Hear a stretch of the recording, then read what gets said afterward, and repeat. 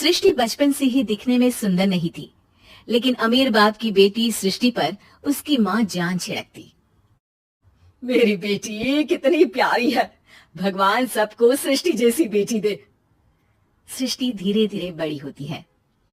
एक दिन सृष्टि की सहेली कहती है, तू दिखने में कितनी अजीब सी है, लेकिन मैं जानती हूँ हम सब में सबसे अच्छी शादी तो तेरी ही होगी। तेरे पापा अमीर जो हैं। और बता नहीं सकते यार, दहेज तो हर कोई देता है, ये क्या ज्यादा ले जाएगी अपने पति के लिए? अरे बड़े शहर में कोठी है इसके पापा की। अरे पापा की है ना, कौन सी इसकी है? इसकी होती तब तो कोई भी लड़का इससे शादी कर लेता। अरे पापा की मतलब पापा की है तो मेरी ही है ना? किसने कहा? अब तेरी तो तब होगी ना जब तेरा भाई ना हो।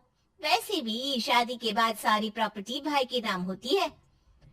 सृष्टि समझ जाती है कि उसे किसी भी हालत में माँ बाप की सारी प्रॉपर्टी को अपने नाम करना है, लेकिन कैसे? एक दिन सृष्टि का भाई शीनू कहता है, बहन क्या कर रही है? तुझसे एक बात करनी है। अरे हाँ हाँ करना, मैं तो तेरी बहन हूँ। बहन मेरी लाइफ में ना एक लड़की है, बहुत अच्छी है। मैं सोच रहा हूँ माँ और पापा से बात करूँ शादी के लिए। सृष्टि को समझ में आ जाता है कि भाई की शादी होते ही भाभी उसे एक दिन भी घर में बर्दाश्त नहीं करेगी। क्या बात है भाई, बताना कौन है वो? यार वो बहुत अच्छी लड़की है, पढ़ी लिखी है, मेरे साथ जॉब भी करती है।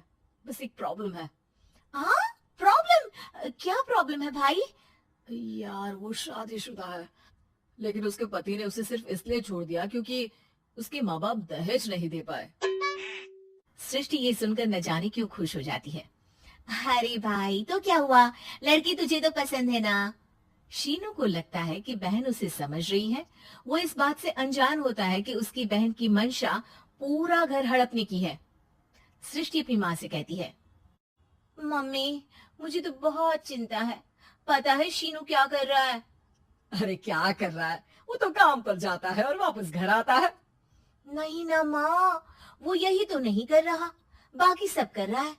आपको पता है उससे प्यार है, और वो भी एक शादीशुदा लड़की से। ये क्या हो गया, मैं सोसाइटी में क्या मुंह दिखाऊंगी? अरे तेरे पापा तो यही कहेंगे कि मैंने ही उसे बिगाड़ दिया है। माँ देखो, मेरी बात मानो, पापा पर भी विश्वास करने की जरूरत नहीं है। अब आप ही बताओ, पापा इतनी देर घर के बाहर रहते हैं क्यों, बोलो? अरे बेटा वो तो नौकरी करते हैं ना। तू बहुत भोली है माँ, पापा का ऑफिस तो 7 बजे खत्म हो जाता है, लेकिन देखो कितनी देर से आते हैं। अरे नहीं नहीं बेटा, ऐसी कोई बात नहीं है। सृष्टि माँ को एक औरत से बात करते पिता की फोटो दिखाती है। देखो माँ, कैसे हैं पापा?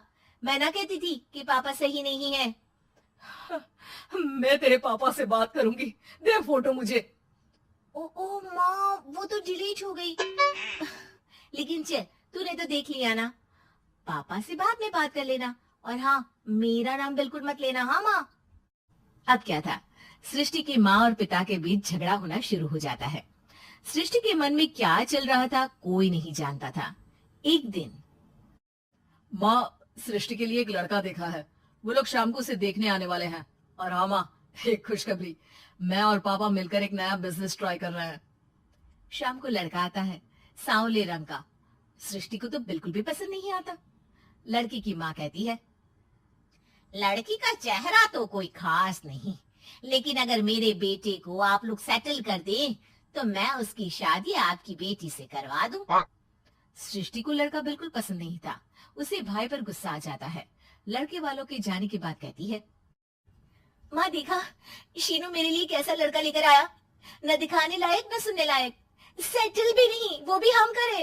अरे माँ मैं जानती हूँ ये मेरी शादी किसी भी घर में क्यों करवाना चाहता है। अरे कैसी बात कर रही है बहन, तूने तो देखा ना, लड़के को मैंने ही मना कर दिया तुझसे शादी के लिए। जिसने लड़का बताया था उसने उसकी बहुत तारीफ की थी। बात आई गई हो जाती है, लेकिन सृष्टि का मन शांत नहीं होता। क्या करूं, कुछ समझ में नहीं आ रहा। मेरी शादी हो गई तो ये लोग पूरी प्रॉपर्टी शीनू के नाम कर देंगे, मेरे हाथ तो कुछ लगेगा ही नहीं। तभी सृष्टि को आइडिया आता है। वो किसी वकील को फोन करती है। जी देखिए, अगर आपके मम्मी पापा का तलाक हो जाता है तो आपके पिता की आधी प्रॉपर्टी आपकी माँ के नाम हो जाएगी, फिर उसे वो किसी को भी दे सकती है। सृष्टि अब माँ को बेटे के खिलाफ भरती है। माँ, शीनू पर नजर रखा करो, वो जिस लड़की के प्यार में है ना वो शादीशुदा है। यहाँ आएगी, सारा पैसा रुपया जमीन जायदाद सब भड़क लेगी। पापा का भी हाल तुमसे छुपा नहीं है। ऐसा ना हो कि मैं और आप एक दिन सड़क पर भीख मांगे। हे भगवान, मैं तो जीते जी मर जाऊंगी अगर ऐसा हो गया तो। ऐसा हो गया नहीं माँ, ऐसा ही होगा। अभी समय है, आगे का सोच लो। मैं तो कहती हूँ पापा से आधी प्रॉपर्टी लेकर अलग हो जाओ।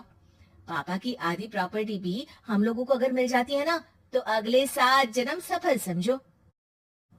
बेचारी माँ बेटी के कहने पर पति से तलाक लेकर अलग हो जाती है। सृष्टि अब पैसों से गाड़ी और अपने दूसरे महंगे शौक पूरे करने लगी। उसके दोस्त भी उसके पैसे इस्तेमाल करते। सृष्टि, कल तुम कहाँ थी? मैं सारा दिन घर पर अकेली थी। तो मैं क्या करूं? मैंने ठेका तो नहीं लिया है ना तुम्हें संभालेगा। माँ को सृष्टि से ये उम्मीद नहीं थी। वो बैठकर रोने लगती है। वहीं उसका पति यानी कि सृष्टि के पिता आ जाते हैं। मैं जानता था कि तुम्हारा यही हाल होगा, तो आपने मुझे रोका क्यों नहीं? मैं रोकता तो तुम रुकती क्या? सृष्टि के कहने पर तुमने मुझ पर अपने बेटे पर शक किया, लेकिन तुम ये भूल गई कि कैसे हम दोनों ने मिलकर जीवन में इतना सब खड़ा किया। माँ पति के गले लग जाती है। मुझे माफ कर दीजिए, मैंने आपकी कमाई का एक बड़ा हिस्सा गवा दिया। कोई बात नहीं, तुम साथ हो तो मैं ऐसी 7 प्रॉपर्टी खड़ी कर दूंगा। तभी वहां सृष्टि आ जाती है रोते हुए। माँ, मयंक ने मुझे छोड़ दिया। वो बोल रहा था जब तक मेरे पास पैसे थे तब तक ही वो मेरे साथ था। पापा, माँ, मुझे माफ कर दीजिए।